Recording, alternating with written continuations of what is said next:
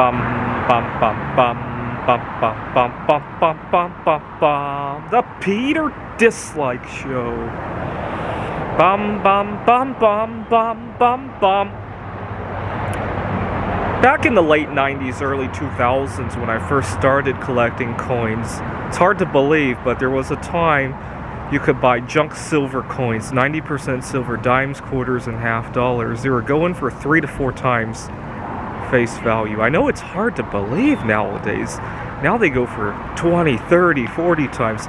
Not only is the price of silver up, but the price of junk silver in relation to silver is up a heck of a lot. It used to go below spot silver, if you can believe it.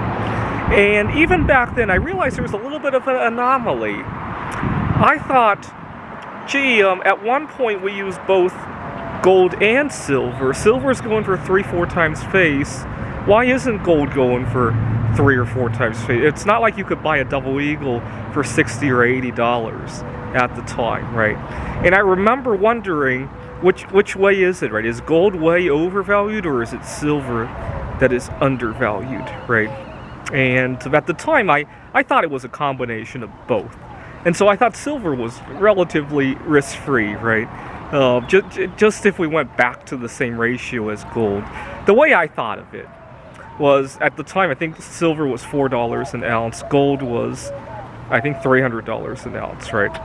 The way I thought of it is, if we bought gold now, and we were wrong about it, silver crashed to, or if we bought silver back then, and we were way wrong about it, silver crashed to $2 an ounce, I thought for sure gold would crash even more.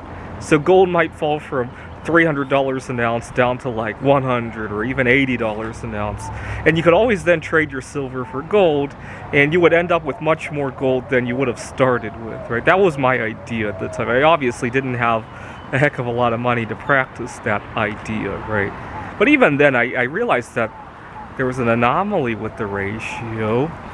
But today, there's another metal you could buy at 1 or 2 times face value relative to the 1950s. I'm talking about bismuth, obviously. During World War II, bismuth prices were actually frozen because we needed bismuth for our nuclear weapons, right? The bombs that we dropped in Hiroshima, actually the limiting factor for the bombs in Hiroshima and Nagasaki was the starter, which contained beryllium with polonium, the polonium being made from bismuth, obviously. So it was a very strategic, at the time we realized it was a strategic metal that needed to be hoarded, right? We seem to have forgotten that for some reason.